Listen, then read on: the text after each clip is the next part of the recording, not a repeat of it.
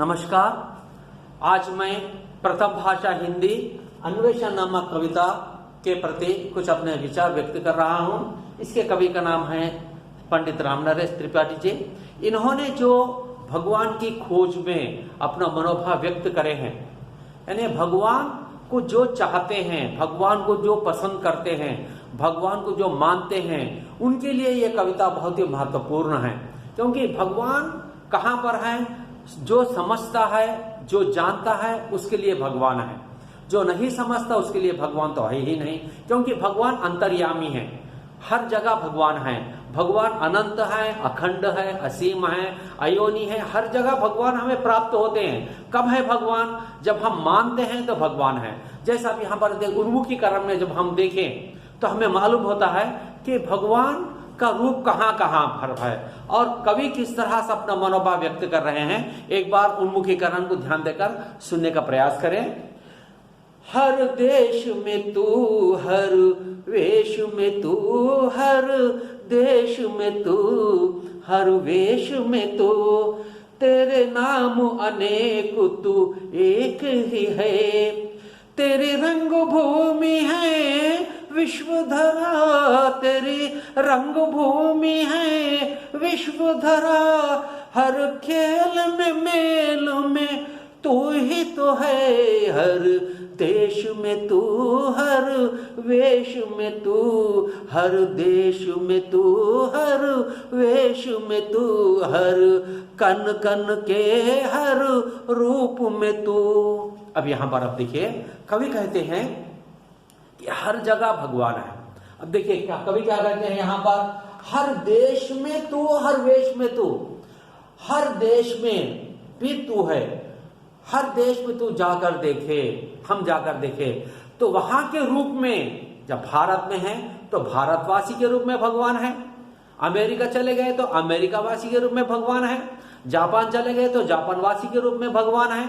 इस तरह से जहां हम जाते हैं हर जगह भगवान आपको दिखाई देते हैं। कब दिखाई देते हैं? जब हम भगवान को उसके अंदर घुसकर हम देखें, पहचाने, उसके मनोभाव को हम जाने। तो मतलब हम सामने वाले के प्रति अगर हम कम नहीं, उसको हम बढ़ाकर देखें तो भगवान हमें दिखाई देते हैं। कि भगवान यही चाहता है कि हर एक को बढ़ाकर देखो, ऊंचे स्तर पर लाकर देखो, मैं उसके पास रहता हूं। अगर तुम गिरा कर देखिए तो मैं भगवान नहीं रहता हूं, मैं आपको दिखाई नहीं देने वाला हूं। अब देखिए यहां पर वही बता रहे हैं, हर देश में तो, हर वेश में तो, हर वेश में, किसी भी वेश में, मेरे रूप में भी भगवान है, आपके रूप में भी भगवान है। हर जगह भगवान है। कब है? हम उसको मानते हैं। मानते कब हैं? हम उस पर विश्वास करते हैं तो भगवान हमारे पास हैं। फिर क्या कहते हैं? तेरे नाम अनेक तो एक ही है। अब देखिए इस संसार में इतने रूप है बेटे। अब देखिए मानव को कितने रूप हैं, कोई मानव किसी से मिलता जुलता नहीं है। कितने पेड़ पौधे हैं, कोई पेड़ पौधे का पत्ता एक दूसरे से मिलता जुलता नहीं है। हर पत्ते में थोड़ा तो एक परिवर्तन दिखाई देता है। हर इंसान में थोड़ा तो परिवर्तन दिखाई देता है। हर चीज में थोड़ी, क्योंकि ये उसका रूप है, क्योंकि वो सृष्टि करता है। वो चाहे तो कैसा भी बना सकता है। इंसान को बड़ा भी बना सकता है, छोटा भी बना सकता है, काला भी बना सकता है, गोरा भी बना सकता है, अच्छा भी बना सकता है, बुरा भी बना सकता है।